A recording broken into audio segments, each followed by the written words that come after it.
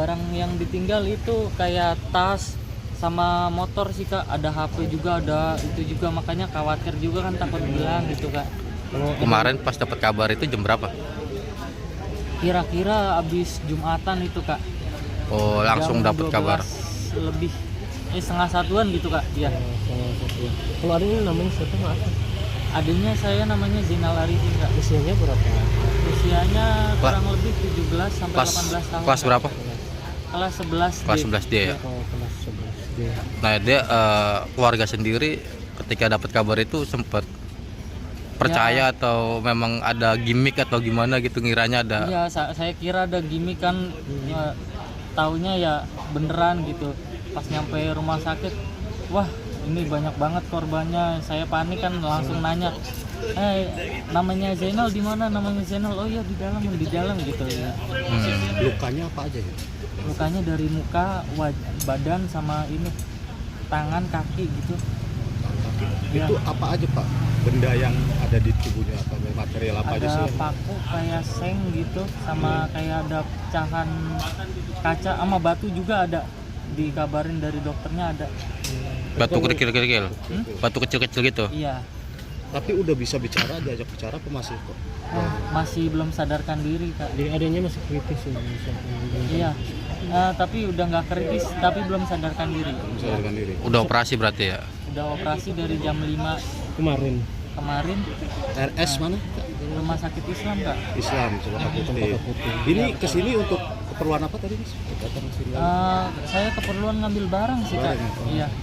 Alat-alat tulis itu yang ketinggalan. Alat tulis, terus ya kayak laptop, HP juga kan. Korban karena di sekolah suruh bawa laptop sama HP gitu, jadi dibawa gitu. Khawatirnya kan hilang juga ya Kak. Ketika dapat kabar ini langsung meluncur ke rumah sakit atau sempat ke sekolahan dulu? Saya langsung ke rumah sakit Kak, soalnya panik juga Kak sama keadaan adik juga gitu kan, takutnya kenapa-napa gitu. Bang, terima kabar itu jam berapa sih Bang? Tepatnya Abang? Jam 12.30 kalau nggak salah Kak. Itu habis kejadian pas Iya. ya? Kalau ada Abang sama kok pelaku, itu terduga pelaku saling mengenal atau gimana? Oh, kalau saling mengenal sih nggak tahu sih Kak. Oh ya. Iya.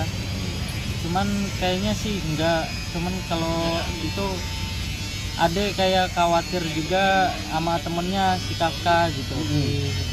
Karena dia ya bestie banget gitulah. Bang, izin boleh nggak kita sama anak? Jadi dikabarkan oleh dokter itu masih nggak sadarkan diri, kondisinya masih ngedrop parah gitu.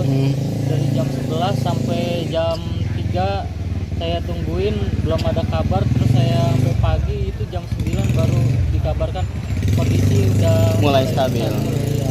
Tapi belum bisa diajak komunikasi. Ya, belum Ya. sadar karena belum sadarkan diri. Mas tahu yang dirawat di rumah sakit Islam itu ada berapa orang sih teman-temannya? Kalau saya dari info dari gurunya itu ada 54 sih Pak, kalau nggak salah. Dari teman-teman korban sendiri ada berapa orang sekelas? Kalau dari teman sekelasnya itu cuman 1 orang Kak. Iya. Sama korban 2 orang. Iya, sama korban 2 orang gitu. Mas. Kebetulan, Oke, lanjut. iya, kebetulan itu temennya lagi diajak ngobrol gitu. Teman dekat juga, jadi sering antar jemput gitu. Nah, itu pas udah dikasih tahu guru belum posisi adiknya itu pada saat kejadian ada di mana? Oh, kalau itu saya tanya langsung sih dari korbannya gitu, sama ada saksi mata juga katanya. Di mana ada posisinya? di saf ketiga paling belakang gitu Kak. Oh, saf ketiga paling Iya. belakang. Dan itu mengalami luka parah. Iya. Berarti kurang lebih dekat sama sumber ledakan ya, karena sampai harus operasi gitu ya. Iya, kebetulan adik saya itu di samping korban yang namanya siapa itu kurang lebih itu kelas 12 juga gitu. Jadi sampingnya kelas 12 yang ini, sampingnya adik saya, terus yang temennya ini yang Kafka gitu namanya. Oh, itu luka parah semua berarti, mengalami operasi Iya, semua. Operasi semua Kak. Soalnya banyak serpihan di badannya itu, ada kayak paku, serpihan itu kayak kaca, seng kayak gitu deh Kak. Bang, bukannya kelas 12 kemarin libur ya? Nah, itu dia Kak. Ada yang kelas 12 korbannya juga karena saya menanyakan langsung dari wali kelas itu. Berarti harus ada yang buat. Ada yang libur gitu. Berarti ini sekarang mau ke rumah sakit melihat kondisi korbannya sekarang gimana? Iya, soalnya masih jaga juga karena belum membaik juga kondisi korbannya gitu ya. Oke. Dari keluarga Mas terkait pemeriksaan yang sedang dilakukan oleh kepolisian, ada harapan sebenarnya? Ya harapannya sih diusut tuntas ya Kak, semoga gitu nggak ada kejadian kayak gini lagi. Misalnya ada pembulian gitu ya, kalau ada pembulian ya dijelasin gitu kenapa gitu. Kalau misalnya korbannya juga tertekan dari rumah ya mohonlah untuk kepada orang tua lebih mengerti kepada anak gitu. Ya. Mas izin Mas, namanya siapa Mas? Nama saya Muhammad Nur Karim Kak, Siap usia? usianya 26 tahun. Oh ya, siap. Terima kasih Mas ya. Makasih Mas. Kalau saya pikir itu adalah ledakan dari pecah ban di truk truk di jalan raya di kayak Yosudarso itu seringkali seperti itu. Nah itu suaranya seperti itu. Jadi saya pikir ledakan ban. Nah itu saya dengarnya sih ngehnya hanya sekali. Lalu sekitar kira-kira 3 menit dari saya dengar ledakan itu, saya pulang. Arah kebetulan rumah saya adalah lurusan SMA 72 itu. Dekat ya. Saya di Jalan Prihatin. Lalu saya lihat anak-anak yang perempuan, siswi yang kebanyakan perempuan itu di jalanan sudah membuat 2 baris seperti memberi kiri kanan memberi jalan. Kan saya nggak tahu, saya teriak, kenapa, ada apa? Ada kebakaran tante di dalam 72. Oh terus ada ledakan, kemungkinan gas dari kantin katanya gitu. Lalu terus nggak lama ada tandu bopong anak laki-laki itu ada 3. Pertama 1 dulu, terus saya lihat lagi ada 2 lagi, ada ketiga. Saya hancur kayak hati saya pikir itu salah satu respon saya ketika kebetulan anak saya sekolah di 72. Oh, laki apa perempuan? Bu? Perempuan. Kebetulan Kelas berapa itu? saat itu dia nggak masuk kelas 3. Kelas 3 juga ya. Karena dia tidak masuk, kurang sehat.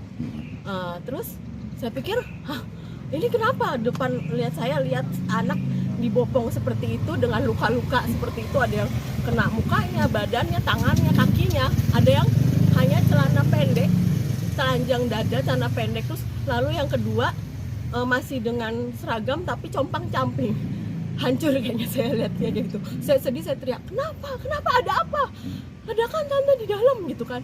Saya nggak tahu, saya langsung pulang, saya parkir motor saya masuk ke rumah saya bilang, anak saya panggil, itu kamu lihat di sekolah itu ada korban ledakan apa, nggak tahu apa gitu. Terus siapa? Nggak tahu, kamu lihat. Anak saya langsung ke sana. Saya cari tahu temennya, akhirnya ada beberapa temennya kelasnya.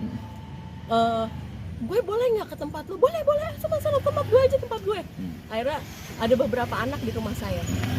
Gitu ya. Iya, dengan kondisi yang satu anak laki-laki didampingi temennya, dipegang, ayo dia gemeter. Saya juga sedih banget lihatnya kayak gitu kan. Saya merasakan itu, aduh, ini udah hati saya udah di situ, karena kan anak saya sekolah di situ, dan sebagai seorang ibu melihat seperti itu, orang tuanya kan tahunya mereka sekolah, tiba-tiba dengar berita kayak gitu, hancur rasanya. Pihak medis dari Dokpol maupun dari tim IGD kesepakatan ini mencoba korban.